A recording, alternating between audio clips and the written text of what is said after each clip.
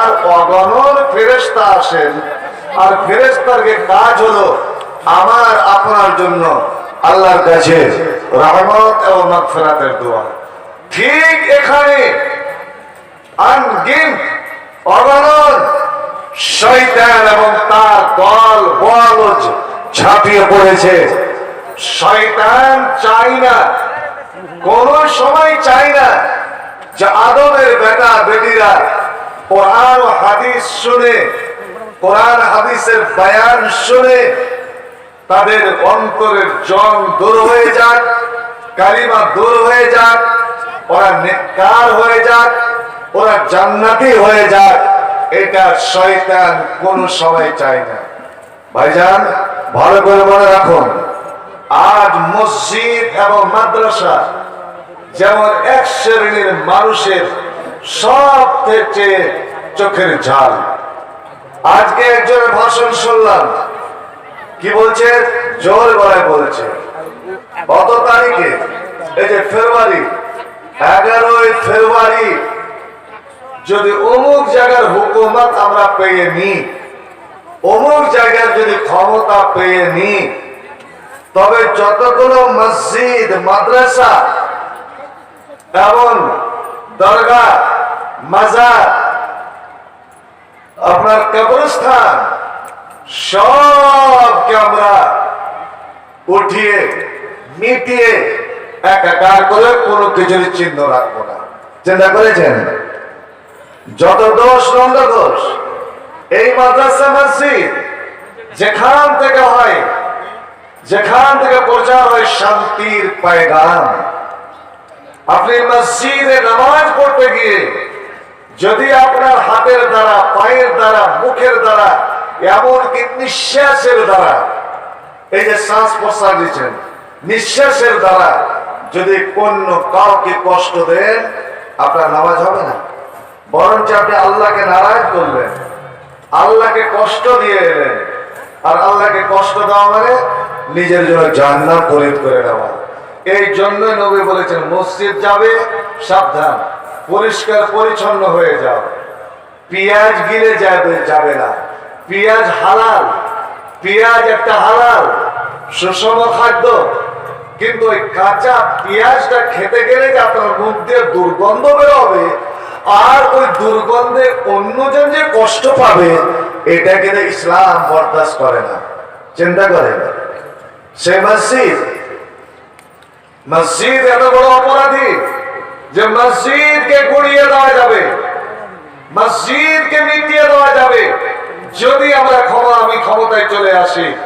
ভাই আমার, আরে আমার মসজিদ ওরকম জায়গা যেটা আমার ঝিকরহাটির মসজিদ নয়, আল্লাহর নবীর মসজিদ, মসজিদে নববী, যেই মসজিদে একটা সাজদা করতে গেলে 1000 সাজদার নেকি পাওয়া যায়, এক ওয়াক্তের নামাজ পড়তে গেলে 1000 ওয়াক্তের নেকি পাওয়া যায়।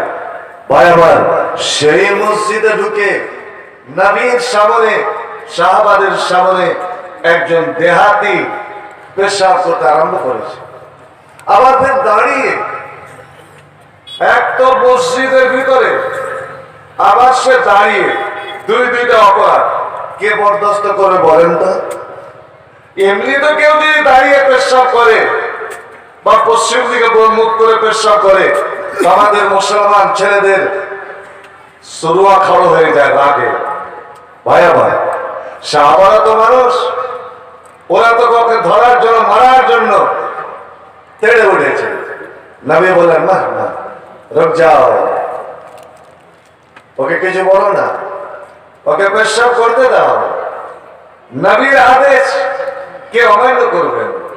লোকটার পেশাব করা হয়ে গেল।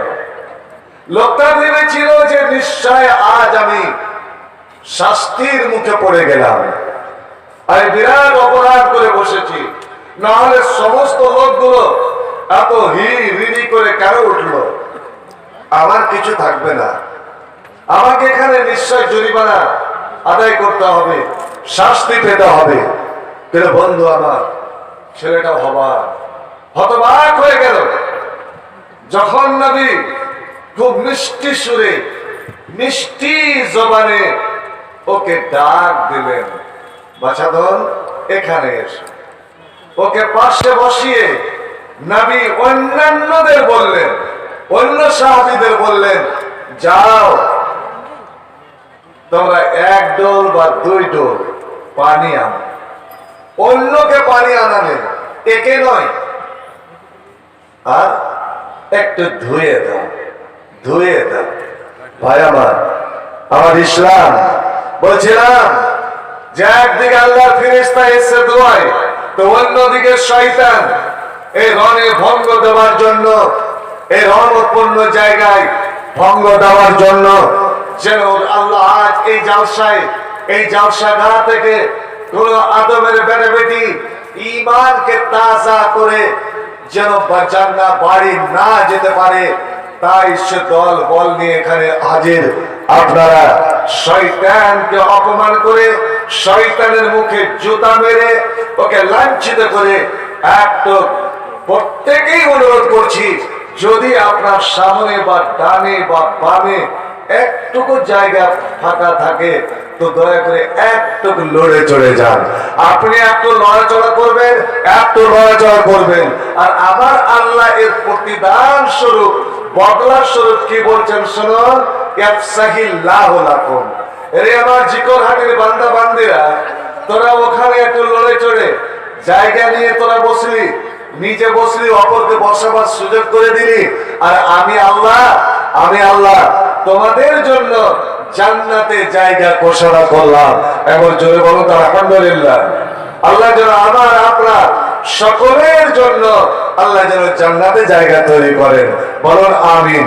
ইন্নাল হামদালিল্লাহ নাহমাদুহু ওয়া নাস্তাঈনুহু ওয়া নাস্তাগফিরুহু ওয়া নাউযু বিল্লাহি মিন শুরুরি আনফুসিনা ওয়া মিন সাইয়্যাতি আমালিনা। من يهده الله فلا مضل له ومن يضلل فلا هادي له واشهد ان لا اله الا الله وحده لا شريك له واشهد ان محمدا عبده ورسوله الذي ارسله بالحق بشيرا ونذيرا وداعيا الى الله باذنه وسراجا منيرا. أما بعد فإن خير الحديث كتاب الله وخير الهدي هدي محمد صلى الله تعالى عليه وسلم وخير الأمور أوازمها وشر الأمور محدثاتها وكل محدثة بدعة وكل بدعة ضلالة وكل ضلالة في النار. أعوذ بالله من الشيطان الرجيم. بسم الله الرحمن الرحيم. إنا نحن نزلنا الذكر وإنا له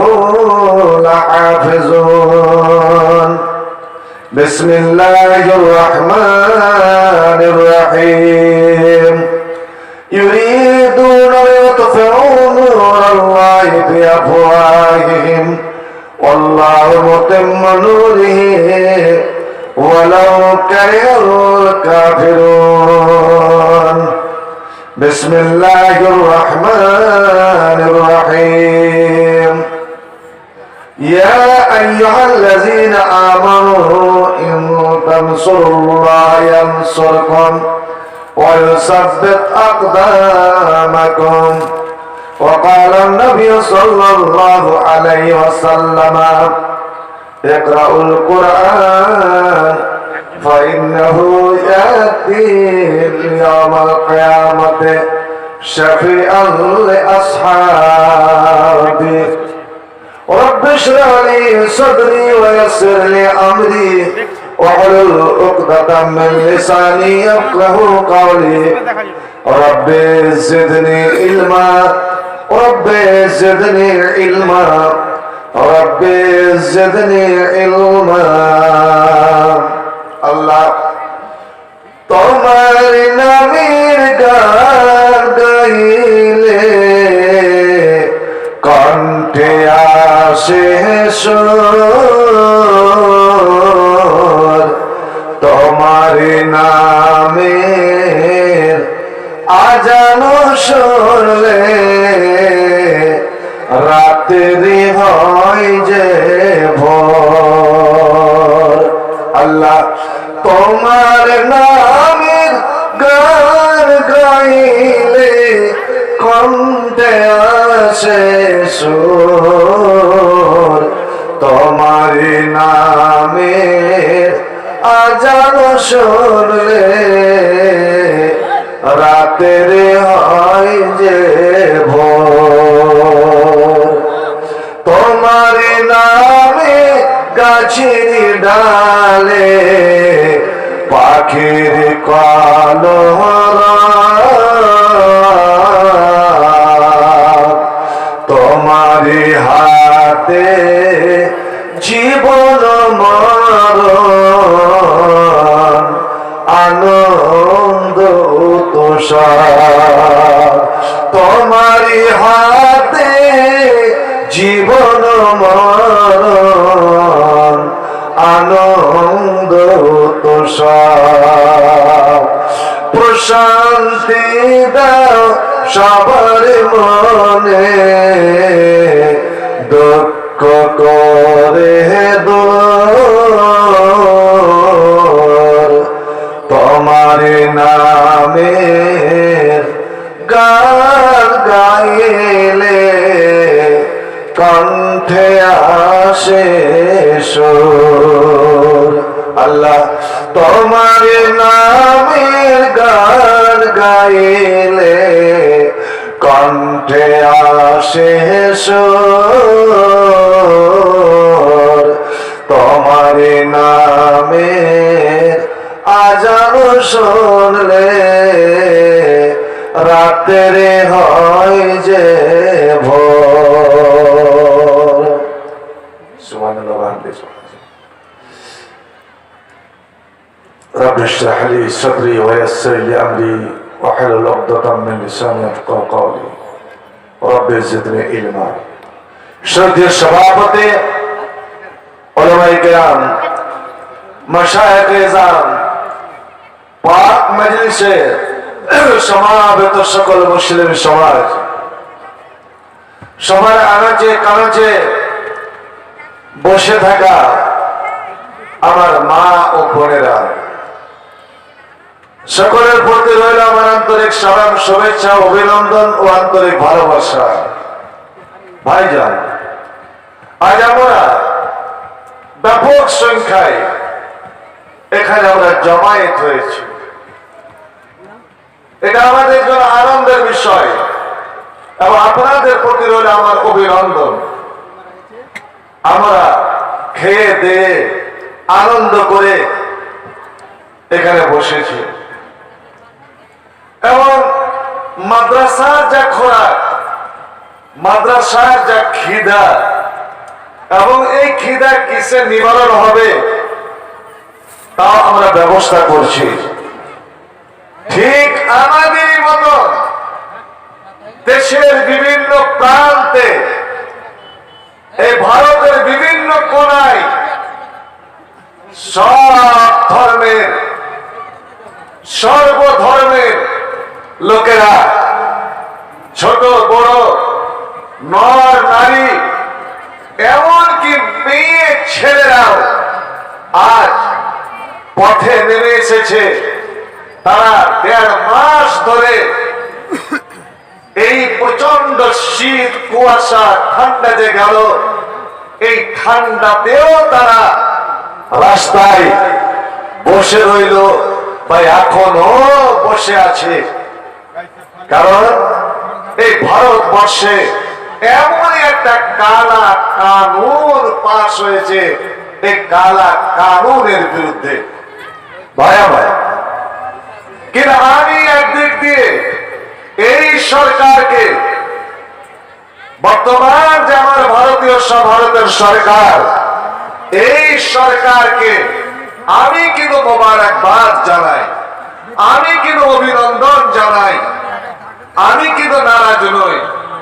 আমি অত্যন্ত সন্তুষ্টি প্রকাশ করি, যেটা আজ 1450 বছর ধরে যে কাজটা হয়নি, যেটা মুসলমানেরা পারেনি, যেটা আলেম ওলামারা পারেনি, সেই কাজটা এই সরকার করে দিয়েছে।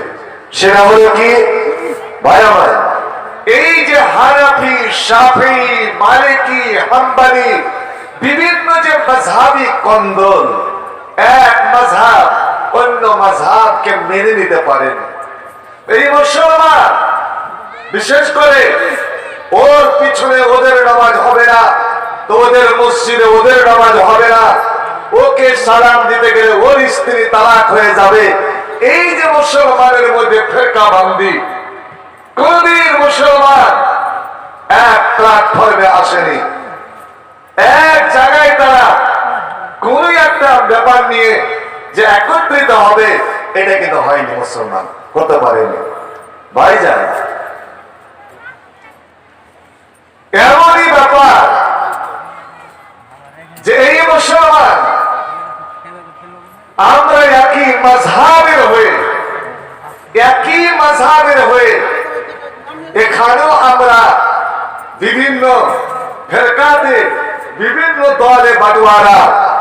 এক দল আমরা সালাফির দল, মাদানীরাকে মেনে নিতে পারছি না, মাদানীরা ওরাকে যেন মেনে নিতে পারছি না, সামান্য সামান্য ছোট্ট ছোট্ট ফতোয়া নিয়ে আমরা এতটাই কাদা ছোড়াছুড়ি শুরু করে দিলাম বা শুরু করে দিয়েছিলাম যার সীমা নেই।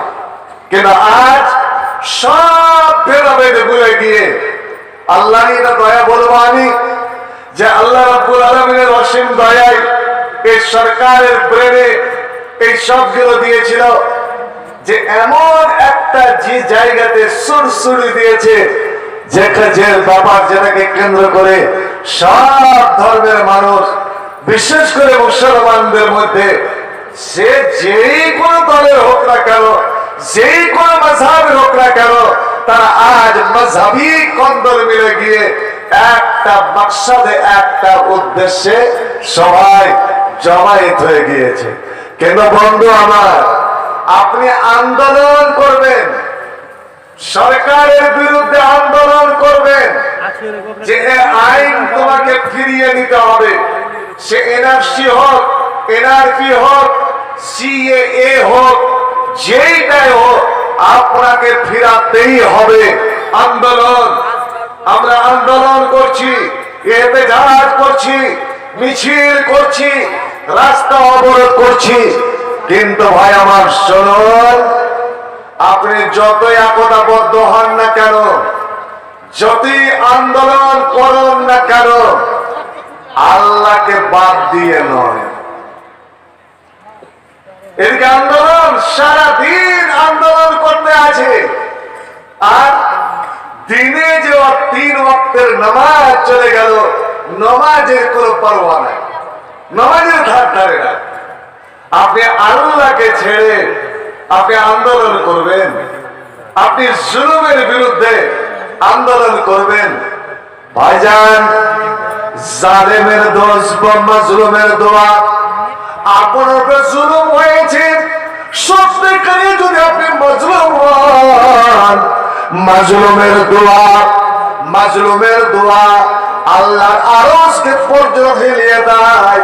আল্লাহ রাব্বুল আলামিন মাজলুমের দোয়া কোনো সময় রদ করবেন না, সঙ্গে সঙ্গে কবুল।